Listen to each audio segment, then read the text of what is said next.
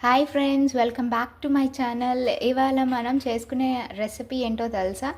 గుడ్లు పులుసు అనమాట. సో ఎగ్ తోటి చాలా రకాలుగా మనం కర్రీస్ రెసిపీస్ చేసుకోవచ్చు.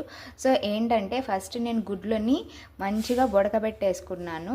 ఒక 25 to 30 minutes మంచిగా ఉడుకుతుంది. లోపల కూడా గుడ్డు ఎల్లో సొన అంటారు కదా, అది ఉడికిన తర్వాత తోలు తీసేసి మంచిగా కడిగేసి వాటికి ఘాట్లు పెట్టుకోవాలి. ఘాట్లు పెట్టుకుంటేనే లోపలికి వెళ్తుంది పులుసు అనేది, మనం ఏదైతే పెట్టుకుంటామో. సో నేనైతే ఘాట్లు పెట్టేసుకుని పక్కన పెట్టేసుకున్నాను.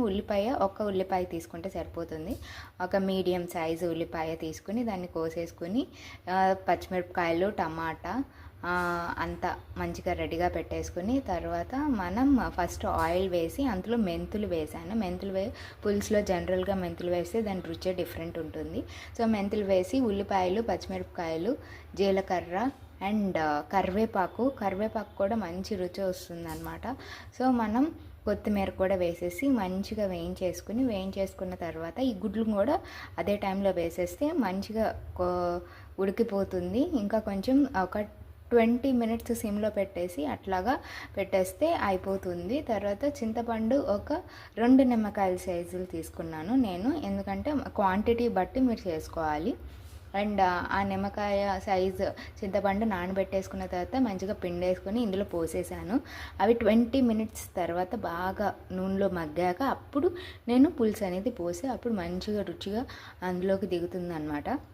ఇప్పుడు మనం ఉప్పు కారాలు వేసుకుని మంచిగా చక్కగా ఎంత స్మెల్లీగా ఎంత సూపర్గా వచ్చేసిందంటే మనకి వావ్, చూసారా? వైట్గా ఉంటాయి కదా గుడ్లు, ఇప్పుడు అందులో వేయించేసరికి ఇట్లా రెడ్గా తయారైందనమాట. సో మీరు కూడా ఈ రెసిపీని తొందరగా ట్రై చేసేసి మీ ఇంట్లో వాళ్ళకి ఫుల్ సర్ప్రైజ్ ఇచ్చేసేయండి, చాలా బాగుంటుంది. సో గుడ్లుతోటి egg bhurji and egg masala curry కాకుండా ఎగ్ పులుసు కూడా మనం పెట్టుకోవచ్చు. సో ఇంకొక మంచి రెసిపీతోటి మీ ముందుకు వచ్చేస్తాను. అంతవరకు లైక్, షేర్, సబ్స్క్రైబ్ చేయండి. నోటిఫికేషన్ ఐకాన్ మీద మీరు ప్రెస్ చేస్తే నేను వీడియోస్ పెట్టినప్పుడు మీకు వస్తుంది. So take care, bye.